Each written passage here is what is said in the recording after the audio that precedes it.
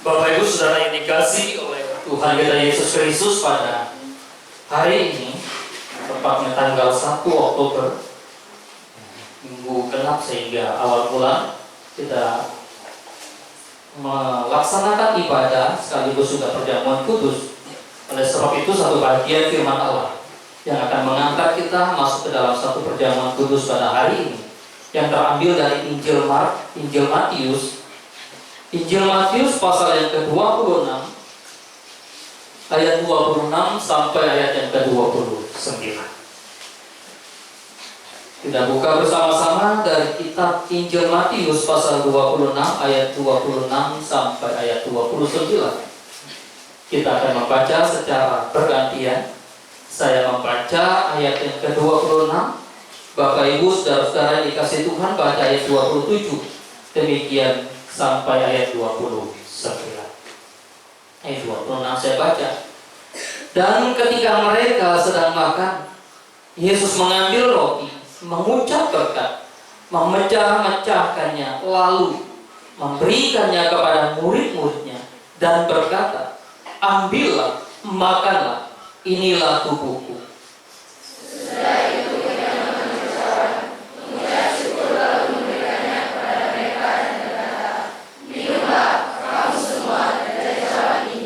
Sebab inilah darahku, darah perjanjian yang ditumpahkan bagi banyak orang untuk pengampunan dosa. Tetapi aku berkata kepadamu, mulai dari sekarang kamu tidak akan minum lagi hasil kopamu ini sampai pada hari aku minumnya, yaitu yang baru bersama-sama dengan kamu dalam kerajaan Bapakku. Bapak Ibu Saudara yang dikasihi oleh Tuhan Yesus Kristus, berkat perjamuan kudus. Kalau bicara tentang berkat, siapa sih yang tidak ingin berkat? Saya percaya bahwa setiap manusia, barangkali bukan hanya orang Kristen, tetapi juga orang yang bukan Kristen, ketika mereka beragama dan bahkan beribadah, mereka pun sebetulnya mencari berkat, menginginkan berkat. Baik itu kesuksesan, materi, kesehatan, umur yang panjang, karir, dan seterusnya. Siapa yang tidak menginginkan berkat? Semua mau. Karena itu ketika orang menginginkan berkat, maka kadang-kala dengan cara yang salah pun dilakukan. Ketika Esau dan Yakub, anak dari Ishak dan Rebeka, walaupun kepada Yakub diberitahukan atau melalui Rebeka diberitahukan bahwa Yakublah yang akan mendapatkan berkat, hak kesulungan itu. Tetapi bagaimana ketika Esau lalu menjual hak kesulungannya, dan dengan segala tipu daya yang diberikan oleh Rebeka kepada Yakub untuk menipu ayahnya supaya mendapatkan berkat dari ayahnya. Maka ketika Ishak sudah memberkati Yakub dan Esau baru pulang dari berburu, dia tahu bahwa berkat kesulungan, berkat yang seharusnya barangkali bagi dia. Esau berpikir itu berkat saya, tetapi ayahnya berkata tidak. Berkat itu sudah kuberikan kepada adikmu. Ada orang yang datang kepadaku dan memohon berkat. Saya pikir itu engkau. Sampai menangis dan bahkan mencucurkan air mata darah sekalipun, maka berkat itu tidak akan diberikan lagi kepada Esau. Kenapa? Karena begitu menginginkan berkat yang begitu luar biasa. Ketika Yakub di dalam masa tuanya memberkati anak-anak Yusuf, Yusuf menginginkan ini yang tua, ini yang muda. Ketika Yakub menyilangkan tangannya untuk memberkati kedua anaknya, maka Yusuf berusaha untuk memindahkan tangan ayahnya. Lalu Yakub berkata, aku tahu mana yang terbaik. Berkat untuk Manasye dan juga berkat untuk Efraim. Karena menginginkan berkat yang begitu luar biasa, kadangkala orang Israel terjebak dalam kesalahan, termasuk ketika raja sendiri. Misalnya Raja Saul menginginkan berkat dari Allah sampai dia masih harus bypass yang seharusnya yang mempersembahkan tapi dia ambil jalan pintas. Dia yang lakukan. Kenapa? Karena ingin berkat dari Allah. Bapak Ibu saudara dikasih Tuhan, kita pun menginginkan berkat Tuhan. Karena itu ketika kita menginginkan berkat, maka dengan cara yang baik, dengan cara yang benar, dengan cara yang tepat. Jangan pernah engkau menipu orang tuamu hanya karena menginginkan berkat dari mereka. Berpikir dan beranggapan bahwa saya ingin bayar uang sekolah, saya kepingin berkat Pak, saya kepingin uang. Padahal nanti engkau akan pergunakan dengan berfoya-foya, walaupun tidak ada di sini. Mungkin di sana ada, tapi di sini bisa ada enggak? Bisa sekali. Di dalam perjalanan kehidupan Tuhan Yesus ketika Ia melayani di tengah-tengah dunia di mana Dia diutus, maka kehadiran Kristus pun tentu saja akan memberikan berkat bagi para pengikutnya, termasuk melalui perjamuan kudus. Berapa banyak gereja yang salah memahami di dalam berkat perjamuan kudus, sehingga ada yang menggunakan perjamuan kudus itu lalu diberikan kepada hewan peliharaan mereka. Pernahkah terjadi? Pernah. Suatu ketika saya masih ada di kantor sebelum saya bergabung ke Gereja Reformasi Indonesia di Kelapa Gading, salah seorang teman bercerita dari salah satu gereja, saya tidak sebutkan dia. Lalu mereka berkata, dengan bangga kami memperebutkan perjamuan kudus dan dengan cara dilempar pendeta memberikan kepada kami, lalu kami berebut dan membawanya pulang. Itukah perjamuan kudus? Kenapa demikian? Kami menginginkan berkat melalui perjamuan kudus. Karena melalui berkat perjamuan kudus, nanti hewan yang sakit menjadi sembuh. Nanti orang yang sakit jadi sembuh. Nanti orang yang miskin bisa jadi kaya. Nanti yang karirnya mandek bisa naik. Yang kurang pintar bisa jadi pintar. Itu kekeliruan di dalam memahami berkat lewat perjamuan kudus. Teks yang kita baca tadi memberitahukan kepada kita bagaimana ketika Kristus menjelang akhir hidupnya, mendekati hari di mana Dia diserahkan kepada imam-imam besar, lalu ditangkap dan disiksa, dianiaya, mati disalibkan. Dia membawa murid-muridnya untuk datang dan berkumpul di salah satu tempat untuk merayakan perayaan Paskah pada zaman itu. Orang Yahudi merayakan Paskah untuk memperingati akan hari pembebasan di mana Israel dibebaskan dari perbudakan di Mesir, dibawa keluar oleh Allah melalui Musa, sehingga setiap Paskah mereka mengingat bahwa ada pembebasan yang Tuhan lakukan, yang Tuhan kerjakan dalam kehidupan mereka. Namun di dalam teks yang kita baca, Yesus membawa para muridnya untuk merayakan Paskah dengan cara yang berbeda dari cara yang lama.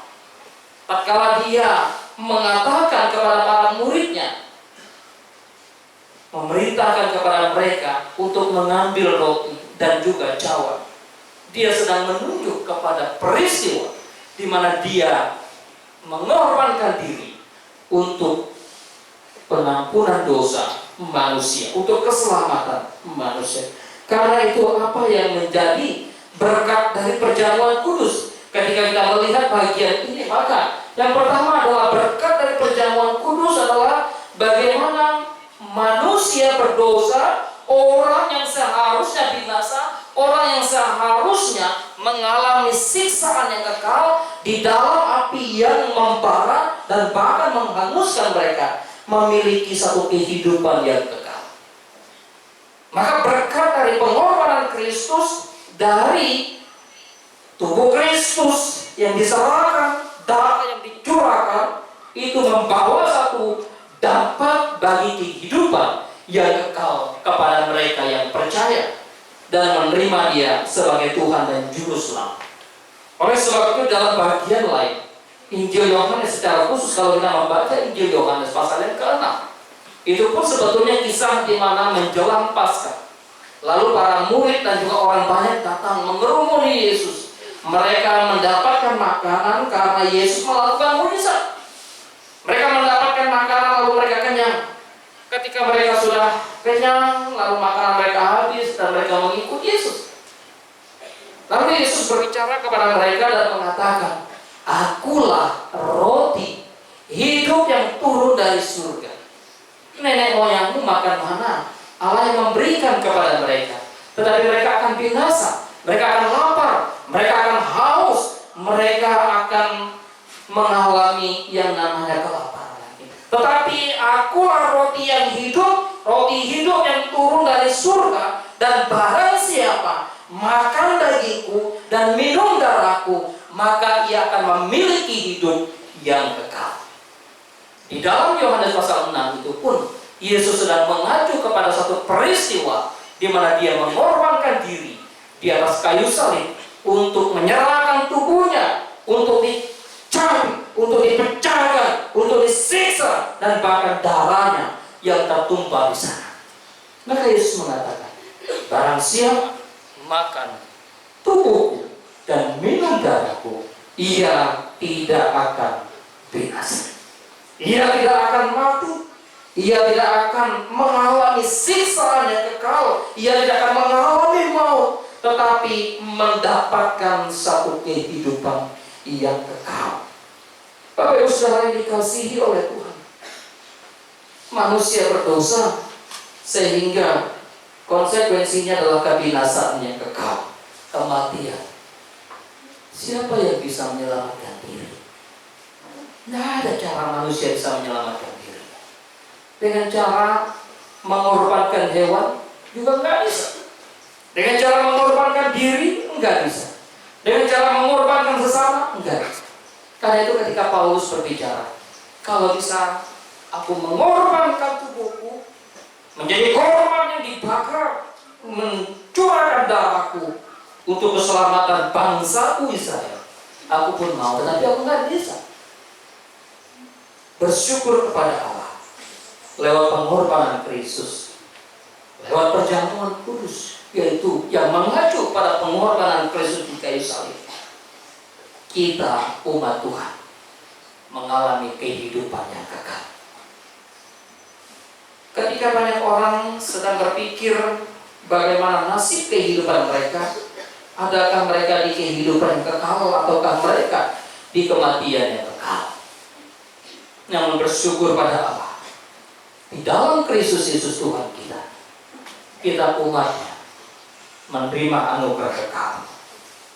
Bapak Ibu Saudara dikasihi oleh Tuhan, hal yang sama yang disampaikan oleh penulis Ibrani pasal 9 ayat yang ke-15, ketika penulis Ibrani mengatakan, karena itu ia, yaitu Kristus, adalah pengantara dari suatu perjanjian yang baru, supaya mereka yang telah terpanggil dapat menerima bagian kekal yang dijanjikan, sebab ia telah mati untuk menebus pelanggaran-pelanggaran yang telah dilakukan selama perjanjian yang pertama. Dengan kata lain, maka apa yang ditekankan oleh penulis Ibrani juga menyatakan bahwa kematian Kristus, pengorbanan Kristus, dan perjamuan yang Tuhan Kristus Yesus perintahkan kepada muridnya untuk mengingatkan kepada kita akan anugerah keselamatan di dalam Dia.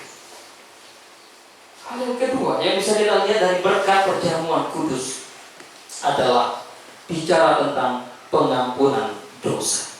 Itu juga yang ditekankan oleh Yesus ketika di dalam ayat yang ke-28 bacaan kita. Sebab inilah darahku dalam perjanjian yang ditumpahkan bagi banyak orang untuk pengampunan dosa.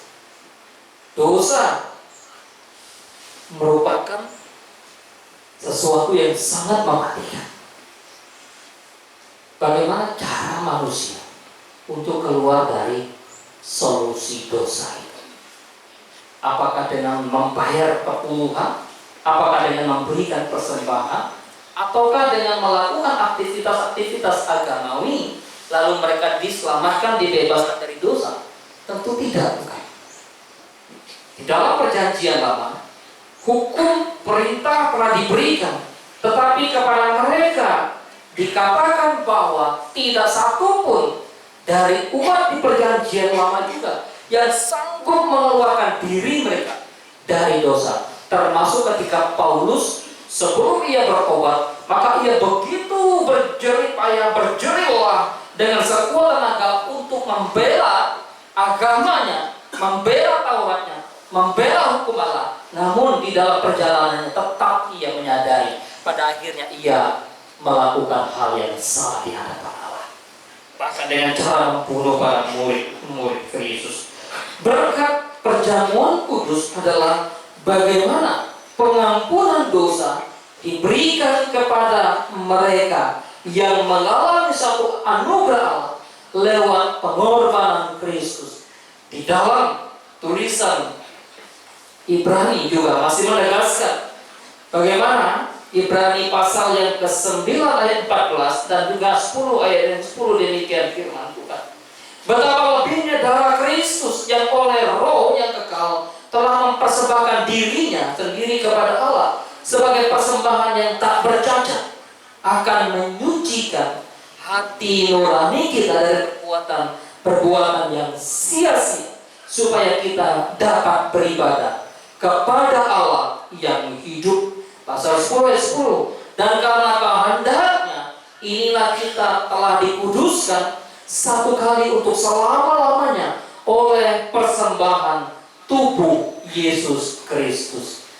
Di dalam konteks penulisan surat Ibrani sedang mengatakan Yesus Kristus itulah Imam yang agung yang sempurna yang mempersembahkan diri untuk pengampunan dosa manusia satu kali untuk selamanya. Pengorbanan Kristus, darah yang tertumpah, tubuh yang dipecahkan adalah sempurna untuk mengampuni dosa.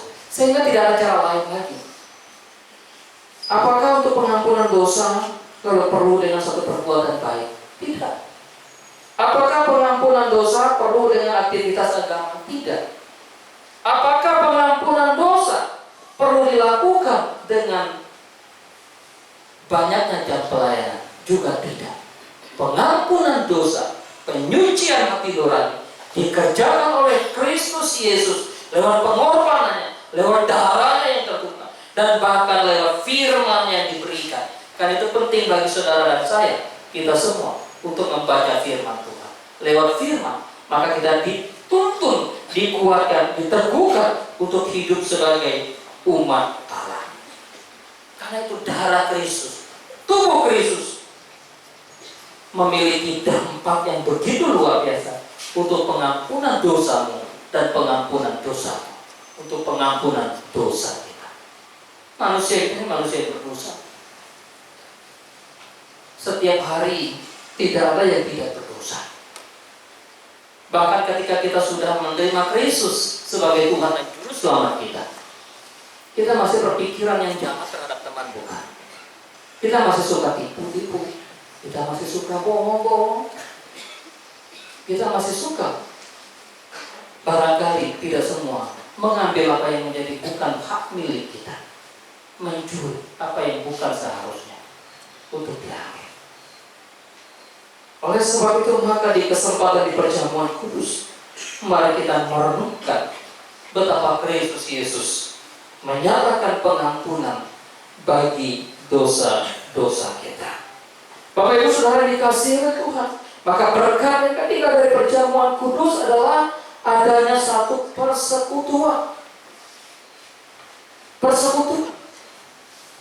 Pertama, bahwa persekutuan itu bicara tentang persekutuan orang percaya dengan Kristus secara personal, tetapi juga secara komunal, persekutuan yang erat antara orang percaya yang satu dengan orang percaya yang lain.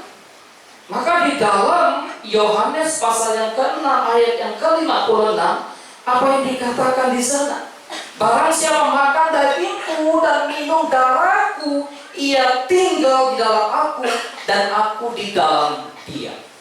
Ada satu relasi yang sangat indah, relasi yang sangat dalam, relasi yang sangat kuat antara Kristus dengan orang percaya, dan juga antara orang percaya yang satu dengan percaya yang lain di dalam persekutuan. Karena Kristus yang telah mencurahkan darahnya, yang telah mengorbankan dirinya, dan di dalam dia ada persekutuan yang kuat. Karena itu gereja, orang percaya tidak bisa tidak beribadah, bersekutu satu dengan yang lain. Nggak bisa memisahkan diri dari persekutuan dengan Kristus. Nggak bisa memisahkan diri dari ibadah. Paulus menuliskan suratnya kepada anak rohaninya Timotius. Bagaimana dia terus mendorong anak rohaninya itu terus datang dan beribadah. Jangan pernah menjauhkan diri dari persekutuan yang sepertinya biasa dilakukan oleh orang-orang percaya. Sehingga dengan darah Kristus, dengan tubuh Kristus, maka orang percaya dipersekutukan. Kristus diam di dalam kita sebagai umatnya, dan kita diam di dalam Dia. Itu juga yang disampaikan oleh Yohanes di dalam pasal yang ke-15 tentang pokok anggur yang benar. Bagaimana Kristus menggambarkan diri sebagai pokok anggur, dan kita umatnya adalah carangnya, ranting-ranting.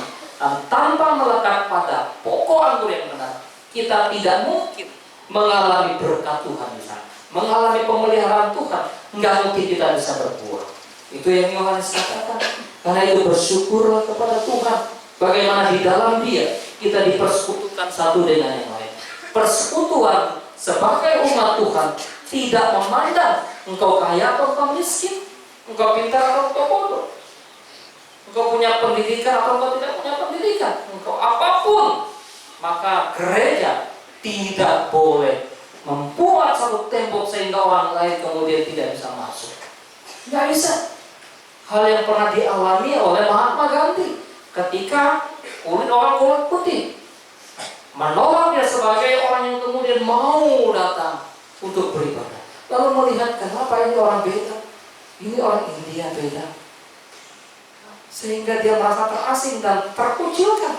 Sampai dia berkata, selangkah lagi saya akan menerima Kristus, percaya kepada Kristus, mengikut Kristus, tetapi saya karena perlakuan orang kulit putih terhadap saya.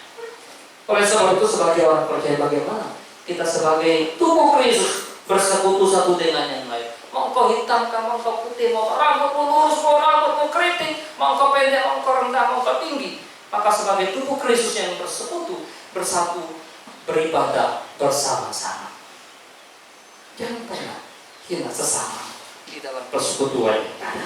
Bapak Ibu Saudara yang dikasihi oleh Tuhan, oleh sebab itu, maka berkat yang terakhir dari perjamuan kudus adalah bagaimana kita dipercayakan untuk memberitakan Injil Kristus. Paulus berbicara di dalam suratnya 1 Korintus pasal 11 ayat yang ke-26.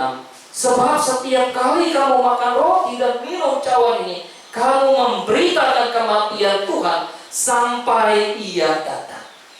Saya bicara tentang berkat perjamuan kudus, bagaimana kita dilibatkan oleh Allah, dibawa oleh Allah untuk mengerjakan misi Tuhan, mengerjakan panggilan Tuhan, melayani Dia, menjadi saksi Tuhan.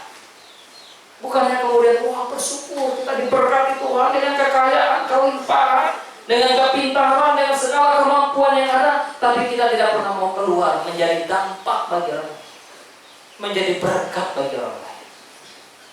Lihatlah orang di sekitar kita, apa yang harus kita lakukan, apa yang harus kita kerjakan, apa yang harus kita layani tentang mereka. Maka berkat perjamuan kudus adalah membawa kita untuk yuk melayani Tuhan. Dengan kata lain, maka dari bagian ini kita memahami satu implikasi yang begitu luar biasa. Hidup kita sebagai orang percaya seharusnya senantiasa mengucap syukur kepada Allah. Sebagaimana Kristus mengucap syukur, tidaklah kita seharusnya mengucap syukur, hidup beribadah kepada Tuhan, memiliki iman yang teguh kepada Kristus, setia melayani Tuhan, dan tentu berkat yang terakhir adalah bagaimana dari perjamuan kudus membawa sukacita yang penuh bagi kehidupan kita. Karena itu di dalam ayat yang kita baca yang terakhir tadi, bagaimana Kristus mengatakan, aku meminumnya kembali pada hari yang baru bersama-sama dengan kamu dalam kerajaan Bapa. Perjamuan kudus, perjamuan sukacita. Berbahagia engkau dan saya yang diundang dalam meja perjamuan itu. Tuhan menolong, Tuhan memberkati kita. Mari kita tundukkan kepala, kita berdoa kepada Tuhan.